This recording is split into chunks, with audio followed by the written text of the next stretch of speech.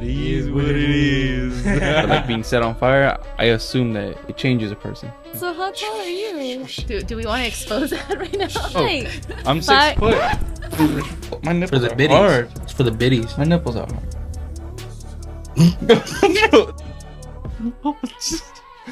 It was at this moment that he knew. He f***ed up. Is it onion? Just kidding. I can't read Korean. Idiot.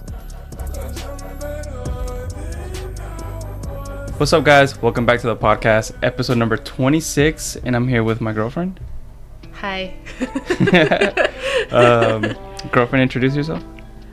My name's Gisselle. I'm his girlfriend. We're still here.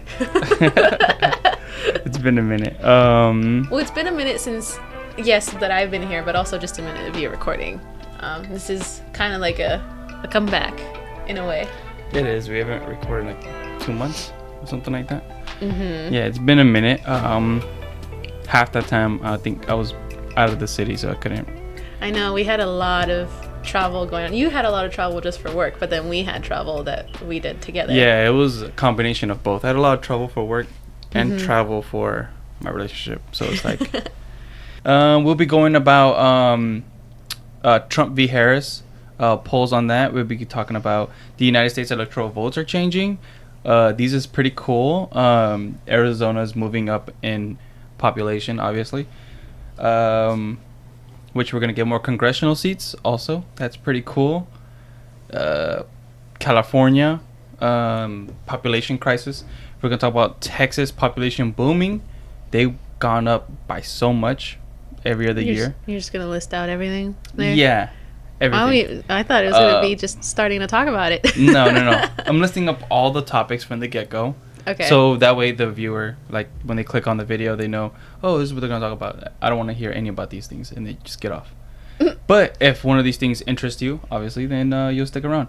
The MSN Newsweek posted something about the evacuation orders in California about fires. That's one reason they're saying that a lot of people are leaving California, which I beg to differ. But these fires are pretty freaking serious. We're going to talk about that, Physical 100, Season 1 and 2, and our Louisiana trip.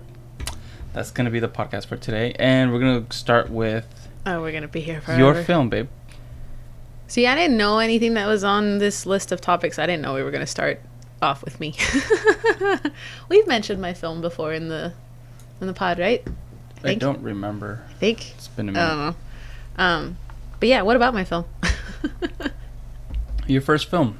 And well, what's it about? My And first what's it called film and- ever, or my film that I basically produced my senior year?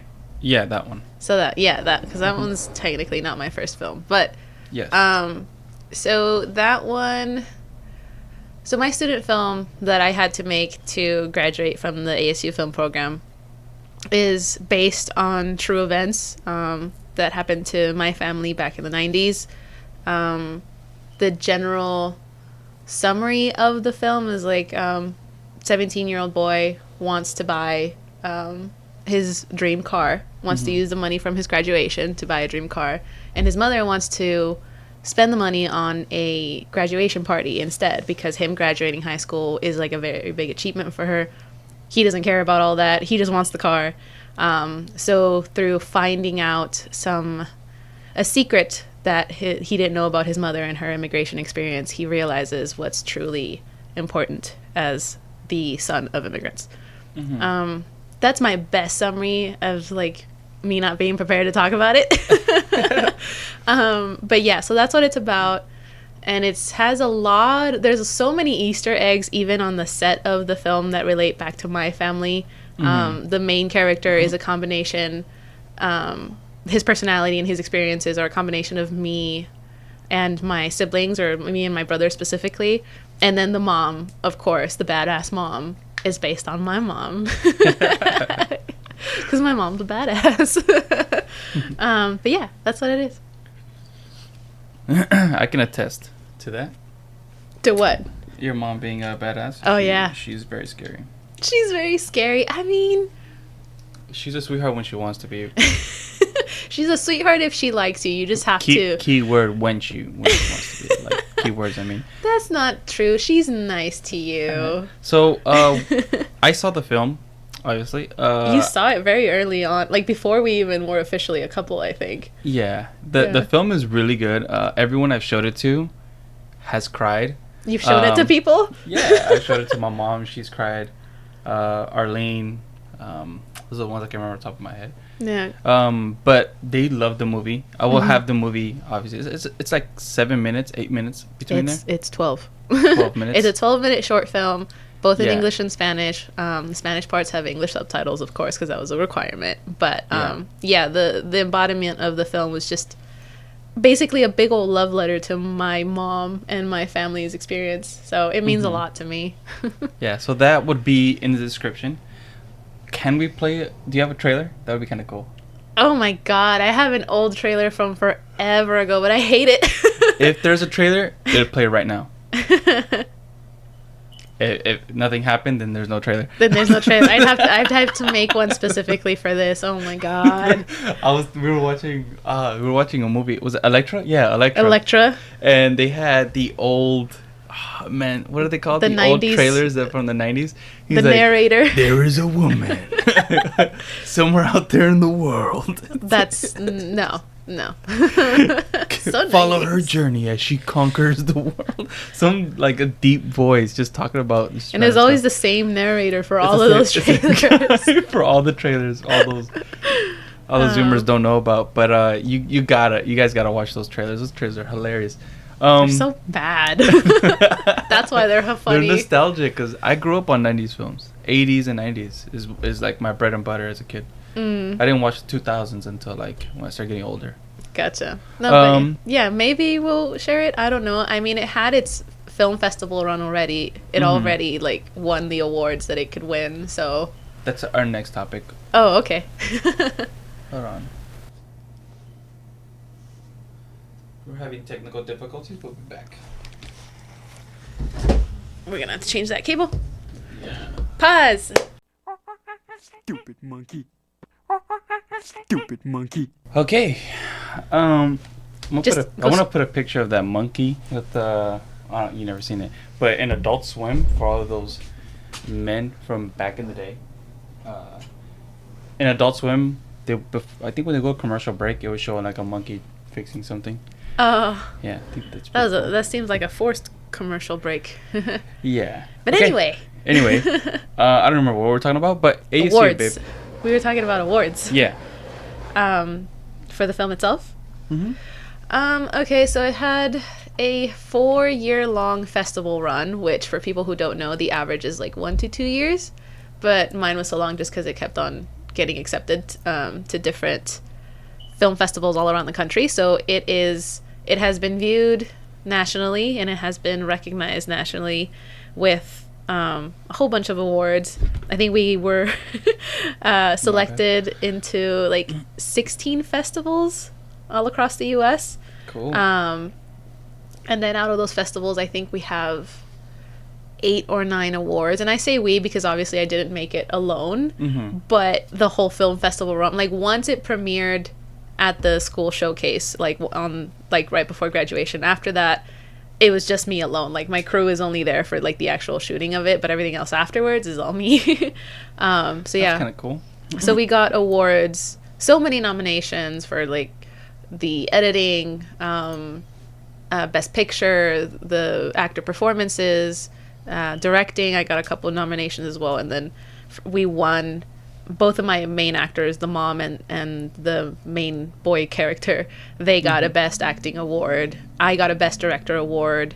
Yeah, like it got the audience favorite award in festival here in Arizona. Like there's just so many, honestly, and they're all listed on the film's Instagram at It's Not a Big Deal Film if you want to see it. But yeah, so it was quite a lot. It was a lot of effort and a lot of money invested on my end because all of those applications for the film festivals, most of them, there are some free ones, but most of them you have to pay just to apply. And whether you get in or not, it all depends on the board for the film festival. And just to put it into more perspective, like, yes, when I say we got runner-up or like we won, it's out of hundreds to thousands of submissions that they get for that festival. Like I remember there was one, I think it was in San Diego or Miami. It was one of the coasts. The movie got best runner-up or like a finalist something for best picture. And the guy who beat me out was a grad student who was at the local state the film institute of that state, and they were from Brazil. No I way. was like, okay, so the only guy who beat me was this like 30-something-year-old. Swap yeah. the headphones. Why? 'Cause it's on the wrong side. Oh. Yeah. No, it's not. Yeah. It feels Cables to your right. okay. But anyway, yeah. So that when I figured out who got best picture, I was like, it's some 30-year-old dude in grad Damn. school from Brazil. I was like, okay. Dang. Oh well. These Brazilians, man. Well, he was from a different. Did you watch his school. film? It was so long ago, honestly. Oh, it was okay. so long ago, but yeah, because at this point, that's why when you're like, oh, it's so good, I'm like, the movie's 5 years old at this point. Just even the as a filmmaker, you always want to go back and fix things, and to you, it sucks. It's always bad, even when it's finished. And now 5 years later, God, I don't even want to watch it. But that's just me being a perfectionist. Or like, even when you said that you showed it to people, I'm like, well, why? Please don't show it to anybody. Yeah, it's good. It's a good film. I think it was good.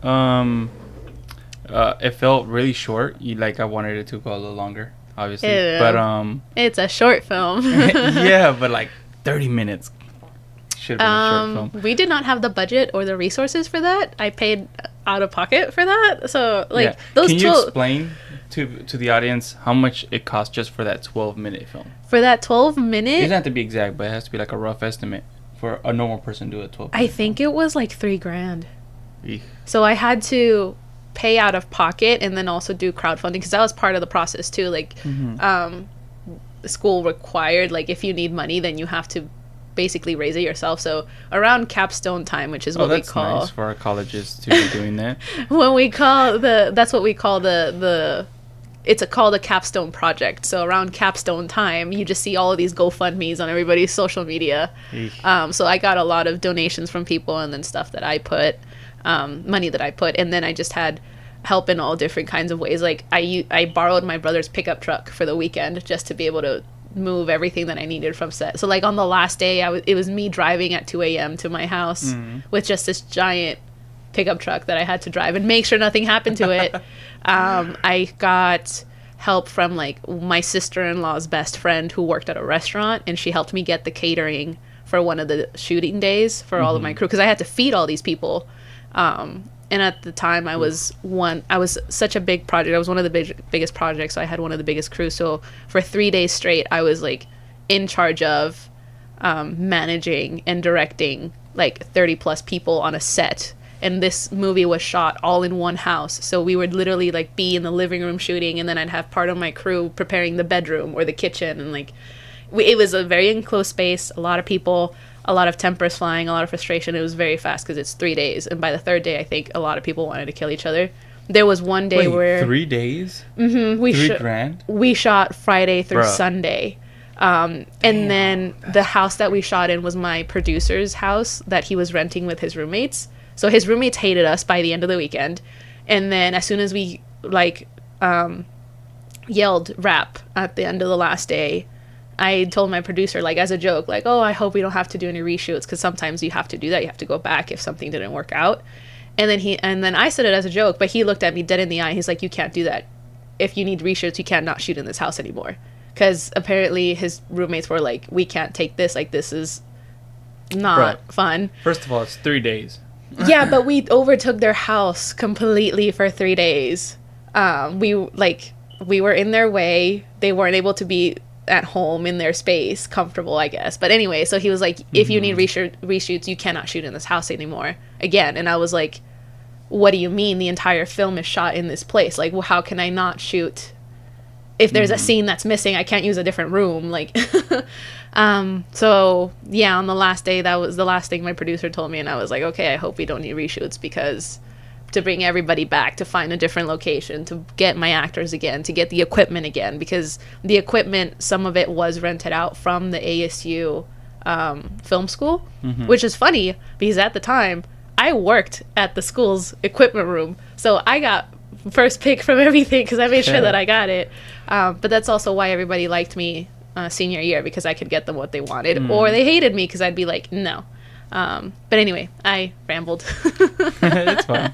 I rambled. So now you guys know what it would cost for even On a if budget. That is crazy. Yeah, because like even just getting that much food for people is a good chunk of your budget. And the biggest thing besides food that cost me a lot of money is I paid my cinematographer. And this is a student cinematographer. This is a student that I was in classes with since like freshman year. And I paid him a couple $100. And the only reason why I paid him is because he used his own equipment, which was like very top tier at the time. So he's like, I'm just basically charging you a rental fee for my equipment, not even for my services. And I was like, okay, cool. Yeah. So you saved yourself a few hundred easy. I guess so. I mean, he was nice enough too. We had to get, because of course the cinematographer cares all about the shot, and we had to get this giant like 12 by 12 flag, which a flag is basically like a diffuser for a light. It was like basically a 12 by 12 foot sheet, and you had to put like $500 deposit or something like that just to be able to rent it for a day. And Damn. He was the one who was like, don't worry, it's going to come out of my pocket, like the deposit or if any, and then the rental fee as well. And I was like, okay, cool. So it's all just students helping students. And it's a lot of, I was literally talking about this with somebody yesterday. Like a student film is basically do it yourself, DIY everything. So you got to figure it out. Damn. And it's a lot of work. It's a lot of headache, especially when you're wearing like 4 different hats, which I was. All right. So now that you touched on it, we can easy segue to the ASU topic. Okay. Like if you want to be a film producer or cinematographer or anything like that. Yes. What classes would you need, and what courses would you take that you would recommend, you know? Oh. Well, I can only talk about my experience at ASU 5 years ago because it's already changed. Right. Like ASU didn't have a film campus. Like, you know how they have the engineering school and the journalism school, and they have like their own campuses like around the giant ASU, like their own buildings. We didn't have that for film. Our classes were in like random engineering buildings, random like mathematics buildings, or no, at the time they rented out like a separate studio in Tempe, and then the studio would allow them to have classes, ASU classes in there, but the studio itself wasn't owned by ASU. So my experience back then was different. When you start, you basically just take very general classes, a lot of film theory and film history, and I know that we had one class which I actually enjoyed. I think it was my freshman year, my second semester of freshman year. It was called Sex, Drugs, and Violence in Film, something like that, because you also have to study how to handle those things in film. Like for that one specifically, we had a project where we had to make a short with one of the 3 topics, and I chose a short film that kind of had like an intimate scene in it. I didn't have my actors have sex, obviously, but I did. But I did have to like basically get these 2 strangers together who had never met, give them a script, put them in the short, and be basically like, okay, make out with each other, or touch her here, or do this, like, because as a filmmaker, as a director specifically, you have to know how to handle those things in a film art form. Like now you have things called intimacy coordinators in Hollywood, and people think that like intimacy coordinators are there to make the scene look realistic, or make it look sensual, or make it look like intimate. But what the intimacy coordinators are there for are so that the actors are comfortable, and make sure they're basically there to advocate for the actors, not for the scene. If that makes sense. But yeah, those sexy scenes that you think are sexy are not. They're really not. They're so awkward and uncomfortable. I had, for that short that I'm talking about, I had to have this guy and 2 girls, and he had to make out with each of them at separate times. But I had to manage like, but none of them knew each other. That's hella awkward. Like I'm basically just like, okay, kiss a stranger. Yeah, that guy has no problem doing that. He's just like, he was an okay actor at the time. One of the girls did have a complaint about him to me, and then I had to deal with that. God. So like, You They take dropped the very ball. general courses, and then once you, if you're in the, at the time, if you were in the production degree of the film school, then during your junior or senior year, you would do a lot more production-based classes where you're learning about cinematography, you're learning about editing, you're learning about being on a set or trying to get as on many sets as possible. So in the beginning, they kind of like ease you into it, or eased you into it, and then you actually get into production, and that's why at the end you do a big capstone project. Now it's different because like a year or two after I graduated from ASU, they've got their own freaking campus in the middle of Mesa that cost them who knows how many millions of dollars. So now all of the students at ASU now have these super nice editing bays, like super nice sound recordings, like ADR studios. They have these giant like screening rooms where they have classes, and there's like full on IMAX surround sound system. I'm like, yeah, we didn't have that. Dang. I was very salty, and I texted one of my professors who was actually my boss when I worked at ASU, and I was like, this is some bullshit, man. And he was like, no, you shouldn't think about it that way. You should think about how students like you made it possible for our students now to have that. And I'm like, I don't care about the students now. Like, I wish I would have, like, my film would have been so much better if I had all of these resources available to me at the time. Like, no. But, yeah, so now film has its own campus at ASU. And I hope they enjoy it, because I didn't get to. Yeah, I mean, I expect some really good films coming out of there, but who knows? So, talking about films, wow, like, the way I set this up, guys, like, My bad. with rushing, I set this whole outline up in maybe half an hour. This is pretty dope how I set this up, because look, Deadpool is next. In my opinion, it's the best Marvel movie. Hot take. And you guys can fight me about it. I'll see you guys in the street. Calm down. I have multiple arguments of why I say it's the best film. All right. And one of them is going to be obviously profit, right? Because profit is the whole reason why you even get to make the movie. Because if you, obviously, like Disney, they need profit films no matter what kind of agendas they're pushing. They need to make profit. And if they don't make profit, people get fired. Which Disney lost 2 CEOs last year. And now they're on their third. And who that guy's trying to make a comeback and see what they do. And they did it pretty well with Deadpool. So profit margin wise, obviously it's one of the best Marvel movies of all time. I'm expecting it to hit over $1 billion in about 2-3 weeks. It surpassed Endgame in profit a long time ago, right? It's only been out for like a week. Yeah. I also checked the budget. The budget for Deadpool to make the movie without promotional or sponsor, like promotional services, as in like putting it out, marketing. There you go, promoting and marketing. It's $300 million to make this movie. Obviously, you got to put in count inflation. Inflation has gone up 8 to 10% every year for like 4 years straight. Endgame was made in 2019, so that's before COVID and before the price hikes of like even equipment. The equipment now costs like double or triple than they did in 2019. So you gotta count a lot of things. Endgame cost between $356 million to $400 million. They didn't release the exact amount to make the movie. So, and I don't remember what's the box office for Endgame. Actually, I got it right here. Deadpool, as of today, recording of August 3rd, Saturday, it's at $658 million. So, bro, they're gonna hit 700 million in a couple days, and they're gonna continue going up. I checked the Rotten Tomatoes. Rotten Tomatoes audience is the score you always look at. Rotten Tomatoes, you never look at what the company rates it. Rotten Tomatoes audience rates it at 96%. That's nearly 100. Obviously, Rotten Tomatoes rates it at 78% because they don't know movies, but I have Endgame score right here. Endgame, Rotten Tomatoes, the company had it at 94%.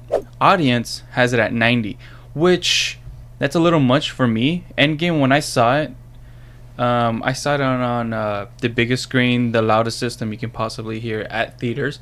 I think it's called the Cine 1 or Cine XL. I don't know what's the equivalent in AMC. What's the equivalent in AMC? Do you know? I don't think they have anything like that. So it's basically a giant room with rows and rows of speakers. and it's about 2 to 3 times the size of a normal theater, and it's sick, like, obviously. And I gave that movie like an 8.5 out of 10, because there was a lot of moments in there that was like boring. Not boring. I just say they lost my attention. Like, I can, you know how like when you had to use the restroom and you pick the perfect moment when to use the restroom.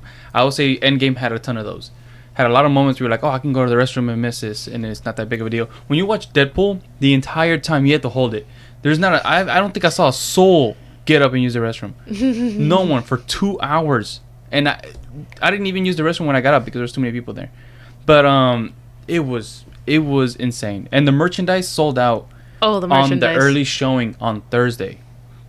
Like, the early showings, they didn't even have that many people go, and they sold out all the merchandise by Friday. When we went on Friday, we went 7:30, somewhere around there. Everything was gone.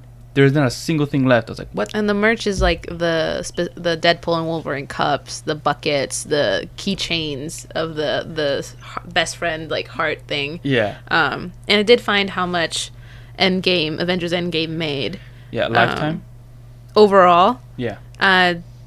2,799,000,000. We Yeah, have so a long way to go. yeah, so it was on its way to the 3 billion mark by the end of its theater run. So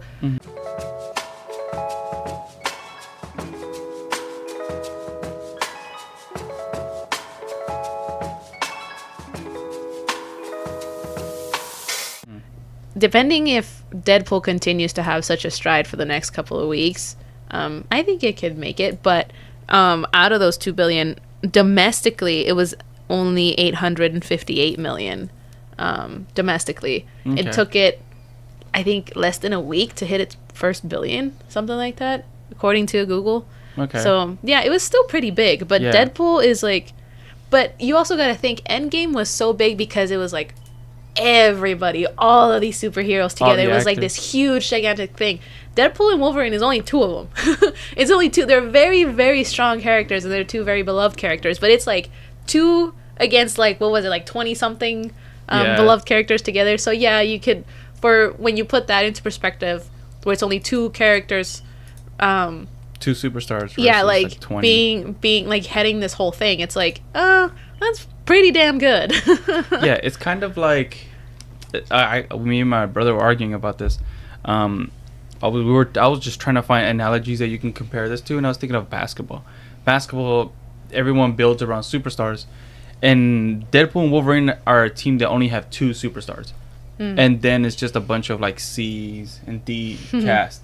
And some of those C's and D's do so well with Ryan Reynolds that he elevates them to like a B. But if you see them in other films, you won't have that like, oh wow, this guy's a really good actor as much. Ryan Reynolds kind of boosts them. And Endgame is kind of like the all-star team.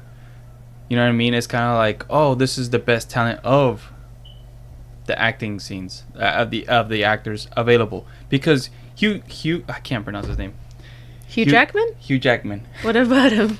He's a very good actor. He's but awesome. He's awesome, but he doesn't compare to the likes of like some of the top of Endgame, acting wise. Because a lot of those guys they're how do you want to call them? They can do multiple types of films. Oh, they have a range. Yeah, they have a wide range. And Hugh Jackman only did a few. Like he does like some like dancing ones. Or like what do they call those? Theater. Musicals? Musicals. He does like a few musicals, but a lot of people didn't like those musicals. They're kind of pissed. But like, I don't agree with that, but okay. Yeah, and there's a lot of actors in Endgame that you're like, oh wow, these guys are like A's and B's. Okay. Yeah, and Hugh Jackman, I think he's just like a B+ actor. I think you just don't know enough about Hugh Jackman's credits, which he has a lot besides just superhero movies. But to the everyday male, like, yeah, who's into action movies, like, yeah, you're not gonna know about everything else that he's done. But he's done a lot. But that's the conversation we're having right now. Is the action movies, superhero action movies, in that genre, Wolverine's a B+. He's a B+. Like he doesn't. He's like one of the OGs though. Yeah, but like he doesn't outperform the Endgame people. Like they're good. Like the dude from Captain America. Chris Evans? He's so damn good at acting. I hate his character. Honestly, I hate his character. I really don't. I really Wait, don't like which it. one?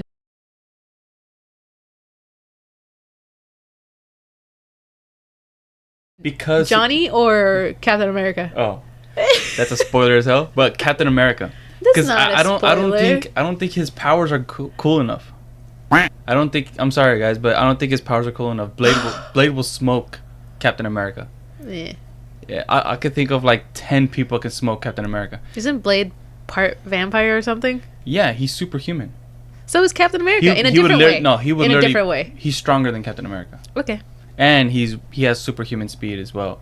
And he's not like the Flash or Yeah. like Quicksilver, but he's about half that speed. But he is quicker than every character we know at there. There's a lot of people, even like Gambit could kill that dude Captain America. Oh, we gotta talk about Gambit, 'Cause please. Gambit, if he touches his shield is done. Like legit. Because he can change the anatomy of the structure. You mean the anatomy? the anatomy of the shield and just explode it. Or you can just touch Captain America entirely and just blow him up. There's so many, like, you needed so much plot armor to protect Captain America. And you Okay. see that throughout all the movies, all the plot armor. Like, Okay. make sure he doesn't get hurt. He doesn't get stabbed by the staff.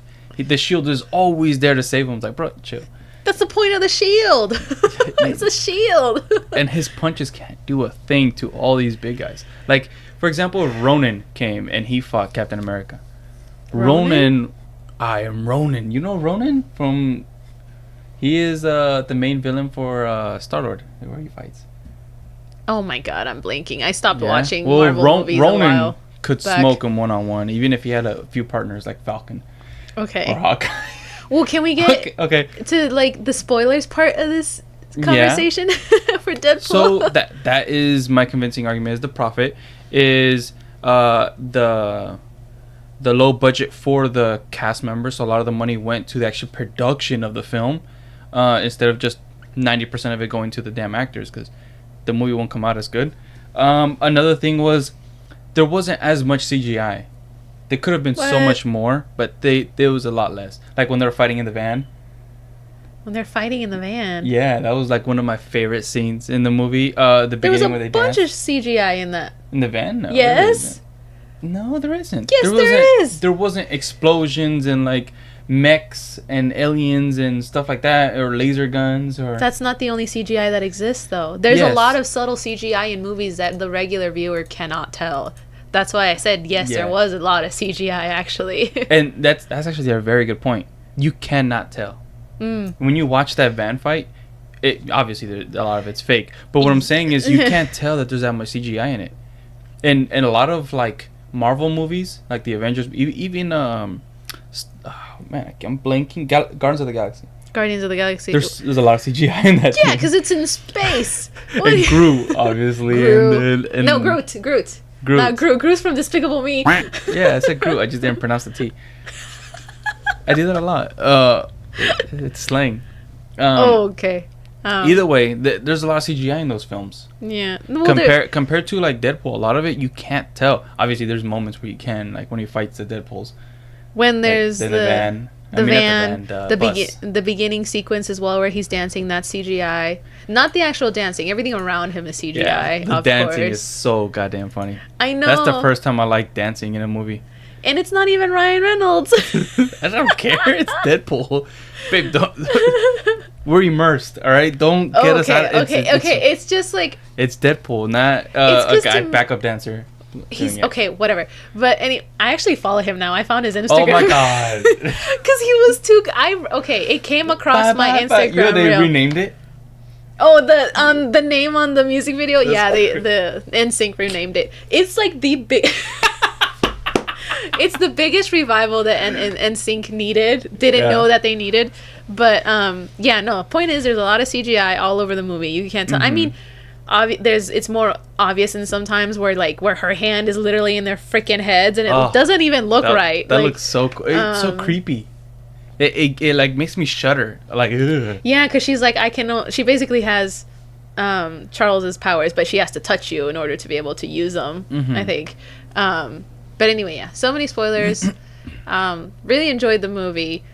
I like Deadpool because he's funny, because it's Ryan Reynolds on it. Deadpool is really Ryan Reynolds on like steroids. He's playing himself. Yeah. He's playing himself to like an exaggerated level. So like that's one reason why straight off the bat I was like, okay, I don't hate the character, but overall the type of comedy that Deadpool is, I don't enjoy, if I'm being honest. But even with this movie, I was fully immersed.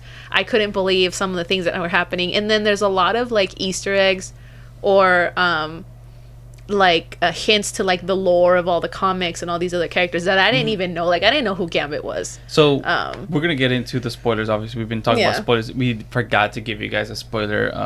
We kind of did, warning. because I was like, can we get into the spoilers now? But spoiler alert. Blade's in it. I talked about that already. Blade's in it. Elektra's in it. Elektra's my favorite female superhero of all time. I didn't know of her. Because the actor is so hot and she's such a badass, and the people she You killed. think she's hot? Yeah, I do. She's hot. Okay. I really wish they didn't had that one girl in it. I didn't even know her name. I don't know her name, but It's the girl with Hold on. The female Wolverine, but she's like a teenager. Yeah. I really wish they would have had Nicolas Cage instead, because he came out the same time Elektra and Blade and Gambit wasn't really out that time either. Logan, he's never been out. Yeah. But Gambit, I was talking to my brother, Gambit is I would want to see that movie, but him with someone else. Like, I don't think there should be a sole movie on Gambit. I think it would be like Gambit with someone else, and that would be a really good film. I don't know who you team him up with. You don't want him to play Gambit? No, not that. Oh, okay. A movie sold by himself, like okay. a full-on only Gambit movie. Nah, I don't think it would be good enough. It's just that the character is not. I mean, he's cool, but he's not cool enough to have a whole film. Kinda, if that makes it. It's like Falcon. Falcon never deserved his own movie, and now that he does, people don't like it. Okay.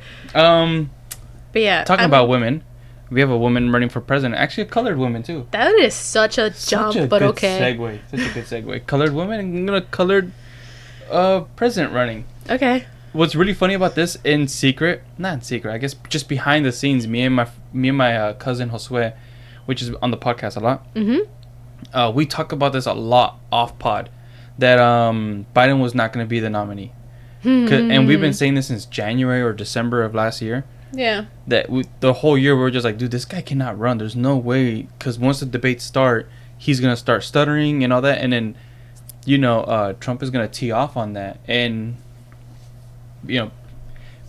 behold, he failed horribly, and it was good entertainment. When I watched the debate live, that's so sad. I was laughing so damn hard, like halfway, and then halfway I was like, dude, this is kind of sad now. I feel like I'm making fun of an old person for being sick, and then I just stopped making fun of him, and then I started hearing their rhetoric about how he was doing so good. I'm like, oh no, that's funny again.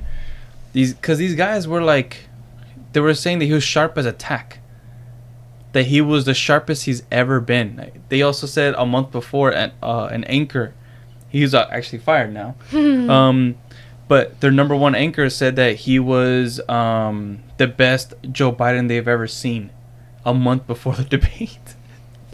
So like when he stepped out, it just gave credibility to a lot of people who were saying that the mainstream news that's on the left side was full of it. And him dropping out just like that, and also giving her the nomination to be president without any primary, because I don't know if you guys know this, when I watched the Democratic primaries of 2020 when Joe Biden was running, I wanted to know my competition, so I was watching it. I was watching all these Democrats, that were running, and my favorite Democrat, all of them, was Tulsi Gabbard. I was like, oh, Tulsi is the only one out of all of them. Like, dude, she might be Trump at a debate, at everything, because she has it all. And she was making me scared. For some reason, they started pushing Biden. I was like, okay, that's good. That's good for me. I thought wrong, because Trump ended up losing anyways. But what I was trying to say is Tulsi buried Kamala Harris. She started bringing up all these facts about Kamala Harris as an AG and how much she's been arresting people and putting them through slave labor, and also keeping people in prison for months extra than they were supposed to serve. So she would hold on to prisoners and not let them go. It took the Supreme Court to issue, I forget what it was called, but they forced her hand to release those prisoners because they weren't getting out of jail. And When California, they were supposed to. Yeah, they were supposed to. And California was okay with this. I don't know why. Just Californians just blindly follow things. But yeah, and then she now is running for president without no primaries. Also, she only got 1% of the vote in the primaries at the time during those debates. I didn't even know who she did was. the worst out of I think it was 10 of them or 8. 10 or 8, she did the worst out of all 8 or 10 when it came to primary voting. I've never done this on a podcast. Okay. But I'll show you guys the important things that are going on screen. So the national poll right now has been fluctuating constantly. Like it would be like, for example, Trump +2, +1, Harris +1, Trump +2, and then Harris +5. And it's crazy. And there's these battleground states. For example, there's about 8 to 11 states that whoever president wins half of those wins the presidency, which Arizona is one of them. For people who Nevada. don't know, when you say +1, +2, what does that mean? +1, +2 is Like on this so graphic. When the points are determined by percentages. So when someone is up by +5, that means they're above the second person by 5 points, or 5% percentage points. Okay. But we don't say percentage; we just say points because it's easier. And these are polls for what though? Per state? These are the general. So this is 538. This is what most people use to have an idea. So like Vegas or a lot of people who bet money on these candidates. Right now they have Trump winning by like 60 to 70%, something like that. The last time I checked a week ago. But it could be different now. Oh, so these are like polls of people's opinions. Yes, these are like Got it. 3,000 Okay. Registered voters voted what's that, July 31st with Harris. So she is going up in the general, which is Like general public opinion. yeah. Oh, So this is shoot. Arizona, one of the battleground states. Arizona, which we'll talk about later about the electoral college. This is going up. This one's very sporadic because when Biden was running, Arizona was up for Trump by like 7 to 8% consistently. It would be 5, 8, 6, 7, 10, then drop back to 9. It would just fluctuate. And then after the debate, it was like 12 or 13%. And then that's when they pulled him out and put in Harris. But Harris has taken Arizona twice in 2 polls. So she's catching up in Arizona, which Dems won in 2020. Nevada is the next important. Let's check Nevada. Nevada is getting so... Oh my god, this is crazy. There's +18 at some point? Or no, +10. +10. Okay. +10, +3 for Trump, +2 for Trump. Then it was even, +2 Harris, and then +1 Trump. So Okay. Harris looks like, in all the battleground states that I have looked at, she has closed the gap. Virginia is... This is one the most interesting state of the entire United States when it comes to this 2024 election. The reason being is Biden won this by like 10 to 15 percentage points, which means it's almost like a lockup. Like, oh, this is just guaranteed points. Electoral college. And actually, I think Virginia has more electoral votes than we do, than Arizona does. Probably. Trump is up +1 and +4 the last 2 polls, which were in July 14 and 15. That is crazy. I don't think I can't remember the last time a Republican ever won Virginia. It's been decades. So that's Virginia. That's one of them. Wisconsin is another battleground. Looks like Harris is winning Wisconsin by +2% back to back. She overtook Trump on that, but it looks like it's going both ways. What's another battleground state? Ooh, this one's an interesting one. New Jersey. So New Jersey has always been +15, +20% Democrats for the last few decades. So a lot of Republicans don't even try to win New Jersey because it's kind of like a lesser California. We're like, oh, dude, it's so blue that you have to convert millions of people to change. So Virginia used to be a very red state, and they voted red for every presidential election from 1952 to 2004. Yeah. And then since 2004, it's been blue. Yeah, but they were super blue. Yeah. And now it's +1 Trump. That New Jersey is +1 Trump, which is something a lot of people thought that was impossible. Another thing was when Biden was still running, Trump got into as little as 7 percentage points away from taking New York in a poll. Which, if you look at the 2020 polls, watch this. You can put 2020 here. So 2020 today, as of today, Trump was behind by 28% against Biden at this time. 4 years ago. It's such a drastic change from where we were 4 years ago. Another great example would be what's another good one? Illinois. Whatever. Biden was only winning by +3 before he dropped out. Does that say Kennedy on there? Yeah, because he was removed, I think, at this point. So that's crazy. For example, if you go to 2020 in Illinois, he was up by 18 to 19, which Biden was up 18 to 19%. So that's basically a lockup state, which now it's a toss-up. I mean, actually, I haven't done a Harris one, so I'm assuming Harris is going to get the lead back there by a lot. What's another good one? Hawaii. Remember the Hawaii fires? People are pissed with Biden with that. He is up 8 percentage points on that. For example, in 2020, he was up by 36%.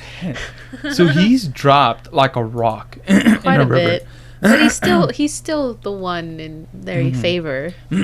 There's one more state, New Mexico. New Mexico, I think they voted for Bush. I can't remember. Red. I think Bush was the last time they voted red. Okay. I think it was 2004. Might have been. But Biden was only up by 1 and 2 percentage points back-to-back polls. And in 2020, at this point, he was up by 14. So if you guys know elections, that's a huge change. Pennsylvania is another scary one. So a lot of these polls, even with Harris looks like she recovers like 5 to 6 points in a lot of states, but some states it looks like she doesn't make a change at all. Yeah, they need magic to. They're gonna do something, which is, was it called the October surprise? October surprise this year is gonna be the most epic October surprise of all time. Is she even gonna ever debate Trump though? I saw something earlier today that she refuses to. She refused. The last thing I saw on it was Trump offered.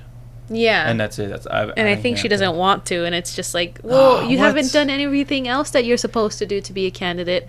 And I'm not as politically informed as you are. I used to care a lot less before we started dating. Yeah. Dear God. But now I pay more attention because I always did look at the news, but I don't go like deep dive like you do. So sometimes there's things that I see naturally, I watch or look up news normally, and then if there's something else that I want to know more about, I either read on it or ask you. And I don't know a lot about Kamala Harris. I didn't know who she was until she got announced as Biden's VP 4 years ago. I don't know what it is. Call it women's intuition, but I don't like her. There's something about her, me being as like the most like politically uninformed person, I guess. I'm like, there's something about her. And I don't know, maybe I did inherit my mom's just like being able to read people thing. Yeah. But and then some of the things that I have learned about her even before she got everything with Biden and everything with her getting his spot basically as a Democratic candidate, there's some things that she would say that I was like, okay, I don't agree with this. Like one of the things that that I saw her be really passionate about was like schools and like what can be taught to children and what the power that schools can have over like children when it comes to like them identifying as whatever they want to identify and then keeping it away from the parents. Like when I saw her make a speech about that, I was like, okay, this woman's kind of nuts. I kind of don't trust her is what I'm trying to say. So this is one of these reasons why you were saying your intuition. I kind of compare her to Ellen DeGeneres. Oh, I liked Ellen. Ellen in front of a camera. People, yeah. she seems like the nicest, most innocent person. I mean, She Kamala seems doesn't really seem nice. that nice. Yeah. But Ellen DeGeneres, I mean, it's in her name, Ellen DeGeneres. Like, bro, she supposed to be the most generous female on TV. But come to find out that she is a horrible human being to the staff, the production staff, to family, friends, and a ton of people were coming out against her because one person came out and everyone just came out with them. Yeah, I think what happened back then was like there was things happening within her staff that either she chose to ignore or there were things that she didn't even know. But all the blame was put to her because since she was the face of the show, a lot of people criticized her for like everything that was going on with her, the ill treatment and like bad pay or whatever that the staff had. So there are people coming out just like what happened to Ellen, but about Harris before she was running for president. So she lost 92% of her staff quit when she announced for president. Now that you mentioned that, though, I literally saw a job posting yesterday, and I was like, should I apply for this? No. Because it was a job posting to be part of her videography team and to make video content for her campaign. And I was like, do I want this? Yeah, a lot. I was watching this one guy reading the article. It was the Washington Post that posted it. It was like 5 days ago or 10 days ago. It was a week and a half ago. And the people that were coming out, first of all, it started with interns, as like people out of college were coming out, and they were working for Harris. And interns out of college are always going to be ill-treated wherever they go because you're an intern. That person said that they never got to be introduced to Harris. He just worked for her for months, and they were forced to call her General. Yeah, they weren't allowed to call her by her name. They weren't allowed to look her in the eye. They had to look down constantly. People would get fired on the spot if they look up at her or something like that. Very cutthroat. Very, very cutthroat. That person also said she was the worst to females.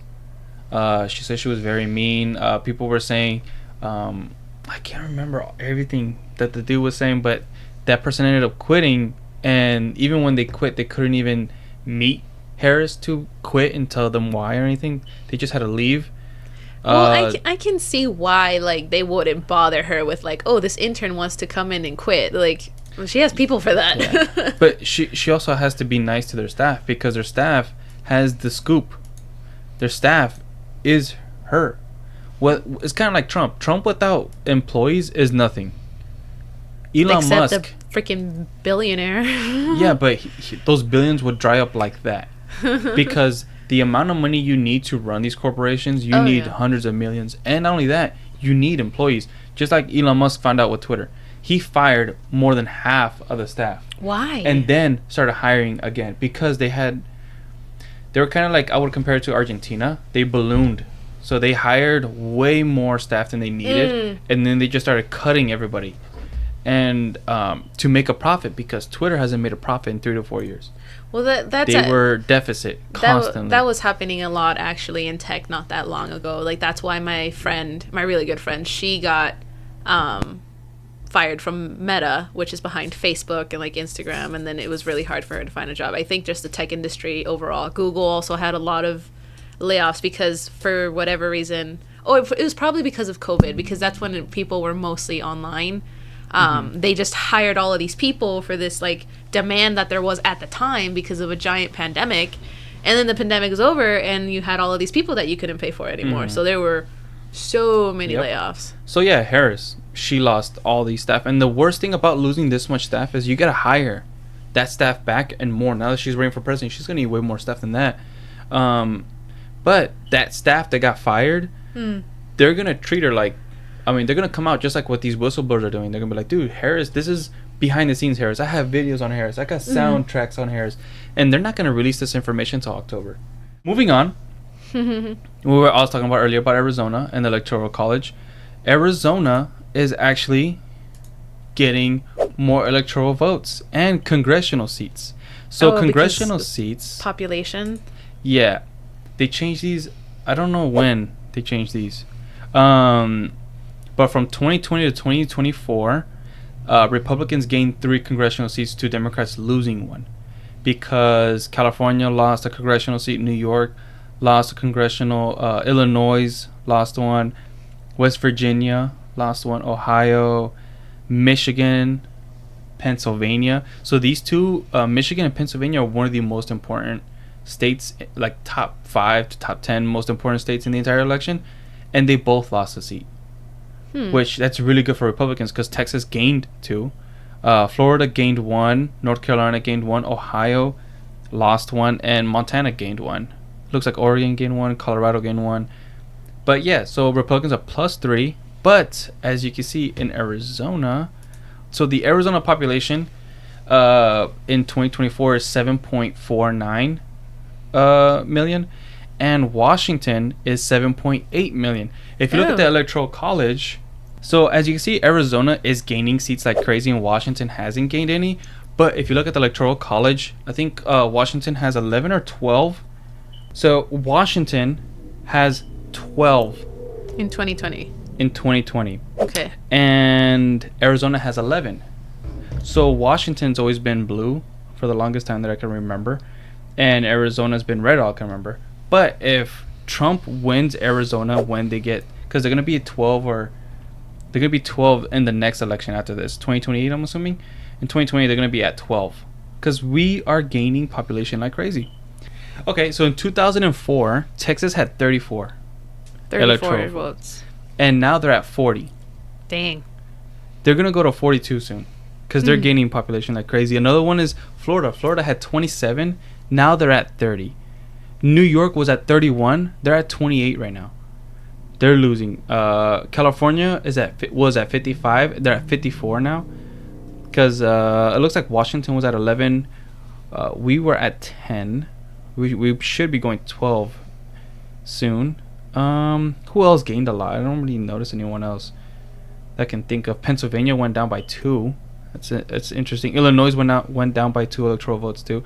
So what I noticed is the trend is these Democrat blue cities, they're losing population, and not losing it as a negative population, but they are not gaining as fast as red states. Red states, a lot of people there procreate more, and also immigrants love red states because there's more job opportunities there. Okay. I described this to my girlfriend at my job. A vast majority of our clients are of the conservative and Republican side, and I would do maybe a job every few months for like a Democratic liberal. And I never understood that, why, but for some reason conservatives they're always improving their home. Like they are never they never settle for their home. They constantly want to upgrade their kitchen. They constantly want to upgrade their backyard, their front yard, their garages, their vehicles. They constantly want to upgrade something. And what I know is the Democrats, they're more of like, I'm just gonna keep this money, I'm gonna hoard it, or like they like traveling, something like that. They don't like really upgrading things. You actually see them like old busted cars, and they'll be like, "Oh, it's fine, it's okay." You never see conservatives, rich conservatives in busted cars. They love spending money. You just said something and that's what I mean by like the immigrants and job opportunities run to these red states. That's where the money is. That's where the work is, and that's where the homes are being built. Because obviously more kids, more apartment buildings, more schools, more colleges. You know, the list goes on and on and on. There's conservative colleges coming out now, which I wish I could do a story on. That'd be interesting. There's conservative colleges right now because Harvard's in a negative light, Yale's in a negative light. A lot of these UCLA, like the list goes on and on, of like top tier schools that are losing students, and a lot of it was because of the Palestine thing. Colleges are full of a bunch of 20-year-olds, so it kind of made sense of like, okay, why it turned into such a big thing. But I was also happy that I wasn't in college at the time that the whole Palestine thing happened, because I was like, I don't know, I think it just got blown way out of proportion. Not saying that it's not important before people attack. It's just like, I'm like, colleges shouldn't be about that though. It should be about going to learn and educate yourself and like work on your career. I'm not saying to ignore what's going on in the rest of the world, but at the end of the day, colleges weren't made to be a battleground. And I think I told you about this too. Like, because I started my freshman year of college was 2016, so it was when Trump won his first presidency, and at the time, like, I didn't really think that ASU was liberal or conservative. I just remember that back then, when Trump won, the day that it came out that he won, like, I was in the middle of class. It was a class that went on for like 3 hours, and then there were students who literally came into the room and asked the professor if they could make an announcement, and they were like, because of the presidential election results, we've set up like basically trauma rooms around the campus. I just remember they came in and they're like, if anybody needs to go basically emotionally like de-stress, like there were rooms where you could do yoga, there were rooms where you could just sit there in quiet, in peace. There were rooms where, like, if you needed to go and smash something, like, I guess they set that up. That was the most that I saw, like, anything politically related while I was at ASU. So when I saw the riots and things happening at colleges, I was like, this is not what college should be about. Like, I don't know. I just think it went way too far. But I know that a lot of the generation now, these woke young 20-year-olds, they were like, no, I'd rather, like, miss my graduation than stand for whatever, you know. And I was like, okay, I understand that the whole fight between Israel and Palestine, the situation is important, yes, but I'm like, you're gonna throw away your career, your graduation, like everything that's already been paid for, like that matters too. I was like, I wouldn't do that. I would still go to graduation, like, especially me in my background. I'm like, my family has done a lot to get me to this point. I'm not just gonna bail on graduation or not get my degree because of what's happening in Palestine. Like, to me, I was like, there's such a disconnect there to me. Like, yes, you know it's going on, but it's on the other side of the world. You also have a life here that you should be, like, making moves for. But anyway. Yeah, my take on it is I understand why people get, emotional about things, but you have to remove your emotions from politics. I was talking to my girlfriend's mom about this the other day. Once your emotions get attached to politics, you start making irrational decisions and irrational thoughts, and you never vote based on emotion. You vote based on policy. That's how I grew up, and obviously I was brainwashed with the Obama thing, because Obama was so charismatic. He can tell me to do anything, I would have done it. Okay. That's how good he was, like, talking wise, and I felt like we were connected. And when I started actually looking up policies that he did, that he did, all the people he's killed, he's killed more people with bomb strikes than any other country in the world. Obviously, Putin is, like, tossing his hat in the ring. He's trying to become the number one. There's no way he's done more than Putin. Obama? It's close. Oh, wow. It's close. Yeah, Obama bombed. It was like once every other day he bombed somebody. But that was the war on terror. I can't really blame him 100%. But like she just said, he seems so nice. That's what I assumed. So nice. He seems like such a dad too. Yeah. And so when I started actually doing my research and looking things up, I was like, okay, what are my stances? Pacifist. I don't like war. So what am I gonna do? I'm gonna vote for the candidate that will not produce a war and that will pull out of wars. And at the time in 2016 or 15, going on to 2016, Trump was the only candidate out of all the Republicans that can think of that was against war.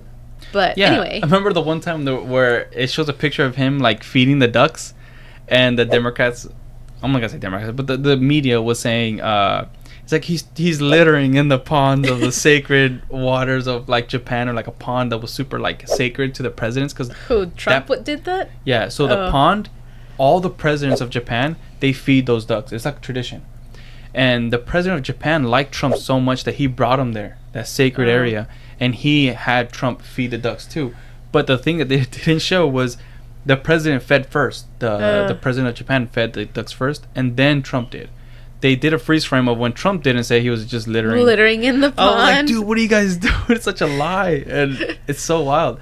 It's so easy, especially online, to like manipulate the message. the message Yeah. that you're trying to give, and that's what people. That's when people are like, "Oh, I saw it on the internet. It's true." I'm like, "No, it's not. Like anybody can put anything on the internet." Yeah, it's great. And it's a video, so you can watch the whole video. They both feed the ducks, Yeah. and it was there was no trash. It was duck food. Whatever. We never got to our physical 100. Speaking of South Korea and just Korea in general, we went but overall went very deep dive into Crazy the how we landed on Korea. we Yeah. sir, like we went on a tangent. Yeah, but it ended up about Right South back Korea. to South Korea, That's yeah. crazy. What is okay? So explain physical 100 to the people. Physical 100 is when they get a bunch of people from all types of professions, Sports. and sports, hobbies, whatever you want to call it, everything. Just a variety of people, and all have really good bodies, what you would consider really good bodies. Some are like flabby, most of them are fit and like shredded. And you'll see them compete in the sport, and they try to find the perfect body. Out of the 100. Out of the 100. So they have men and female, obviously. They all compete. At the end, you'll see a person who's like does multiple things, usually wins. We haven't seen the ending of season 2, so we don't know about that. We didn't get through season 2. I think when we watched season 1, We watched because half of it, I think. we watched like 2 episodes, because when we first saw it, like, yes, it's very impressive. It's people from all different types of hobbies, but it's specifically, they all have a physical interest. Like, it's not just whatever hobby. So that's why the whole point is to find the perfect body out of those 100. And there's people who are super shredded. There's people who are super lean but strong. There's like sumo wrestler type of bodies. And then pretty like Olympian athletes. yeah, Olympian There's all athletes, kinds of stuff. firefighters, police officers, like EMTs, whatever. Most of them are Korean or Yeah. Asian, Yeah. because it's more than just Korean. And then they've had a couple of foreigners. The first season had us really like enthralled. Even with this first season though, the beginning is so slow because there's so many of them that you just want them to whittle down like the finalists already. But we got through it. We each had our favorites. You were sad about your favorite. He didn't win, did he? Iron Man. He didn't win, did he? Wait, spoiler alert. Spoiler. This is spoilers. If you haven't seen the first season, I don't know. Iron Man loses. They don't. Sorry, know guys. They don't know who Iron Man is. Iron Man Um, is the most talented, most He's alright. handsome-looking dude in the entire He's cast. alright. The entire cast. And actually, not only do I believe them, but the cast themselves idolize him. They're like, oh, Idolized this him. guy. Because honestly, if you just look at their bodies, he did have the perfect body. Like the proportions to his body, right? Not only did he have good proportions, but he had good athleticism. He did a box jump that was up to his neck or his chin level. And And he was like under I don't know, he's 6 like 5'10", 5'11". Yeah, He's 5'10", pretty tall. 5'11". He's kind of tall. For someone to jump that goddamn high, I've never seen it in my life. I haven't even seen basketball players that jump that. That is crazy. A box jump, guys. It's not a thing where you just jump over something, or you know the high jump. He just started straight from Yes, the ground and from then the ground, jumped somehow. Like no running start, nothing. He just like was standing and then up somehow. People were in shock. I was like, I'm in shock. When he did the chest level one, I was like, dude, there's no way he's gonna hit and fall. He did it easily, and then he did the next one after that, and then they put more. Like, nah, there's no more. That's too high. Yeah. Because it was like his nose level next, and he didn't want to do that. But it was crazy. It was crazy. He did. I really wish he did the obstacle course or the agility one, where you have to jump a wall and you gotta run to the end. I really wish he did that instead of the one he did where he has to roll up a thing. Because I was like, I guess that makes sense Yeah. because like him, when we say that when people were idolizing him about being the best all around, is because since there were all different types of bodies, some people were better at the strength challenges, some people were better at the endurance challenges, some people were better at just agility, and he performed really well in all of the categories. But then at the end, I don't know what happened, and he didn't win. yeah. But Who did he go against? The cyclist? I have no Yeah. idea. There were so many of them, might have and they been all cyclists. blur. But when we got to season 2, I think we tried to watch it right after season 1, and we were kind of done with like watching all of these challenges and stuff. They even have team challenges too, where they put a bunch of them together to work as a team to defeat the other ones. And those challenges are more about strategy rather than their strength, because it's like using who you have on your team best for what. And then some of them were doing some like very terrible strategic moves, and that's when they ended up losing. But when we got to season 2, I think we were both just done. We got through maybe like 2 or 3 episodes, and then we just never. Because they're an hour to long. They're long as hell. There's like 8 episodes. I Not think. less. It's like 5. No. Because they eliminate half every time. And then the very end, they eliminated like 20. We'll have to look. They eliminated 18 and left 2. Yeah, because remember, it was Does it matter right now? it was 4 teams of 4. And then that ended up just being 2 people. No, ended up being 4 people, sorry. And from the 4, it went to 2. But that was all in one episode. They did that all in one. But it was interesting. Cyclist and an MMA. No, not. CrossFit. Oh. The CrossFit guy, he won. Yeah, he beat the cyclist. Because the cyclist was all legs and no arms. Which because they did the rope pulling thing. Yeah, oh and my the god. other guy won. And actually, the cyclist almost won just by stamina alone. Yeah, they were He was so close. So close. They were so close, but Yeah.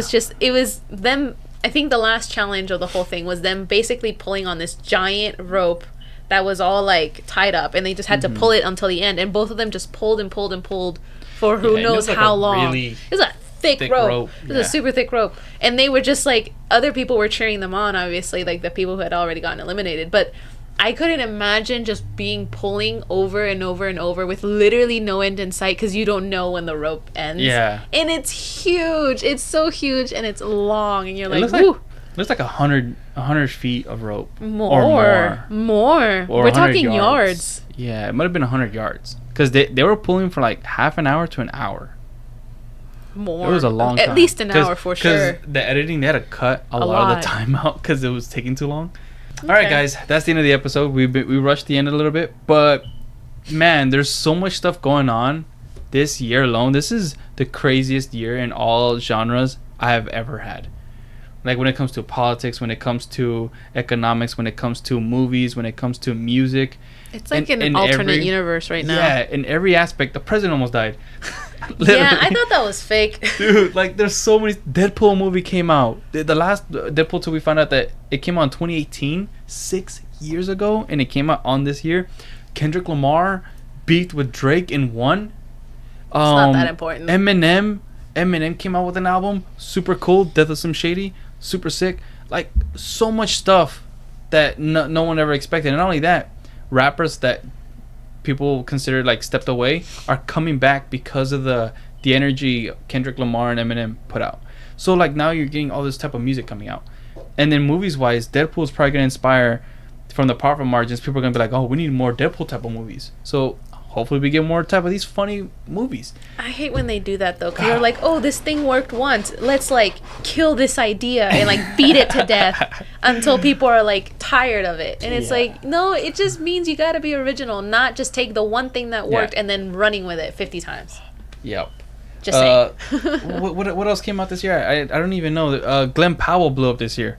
Okay, that's not like world ending. Glenn Powell is the actor. This is gonna be his best year. Okay, you say that because you're a big fan of Glenn Powell. But Glenn Powell has been blowing up for a while, and now he's just getting a lot of more leading roles. But it's not that world ending. So, a lot of crazy stuff. Wolverine, if you guys didn't know, is my favorite X-Men by far. There's no one even second. Oh, the fact that my favorite Marvel character and my favorite X-Men character are in the same movie is ridiculous. You know what's also what crazy? else RDJ coming back as Doctor Doom. People are going RDJ, crazy over that. Doctor Doom. Like he so lied. He lied to everybody that he was done. Yeah. Who knows how that movie's gonna play out? Who knows? All right, guys. I'll see you guys on the next episode. We Need to Talk should be next. And peace. This is your host, Jose. Hitting escape. Peace. Bye.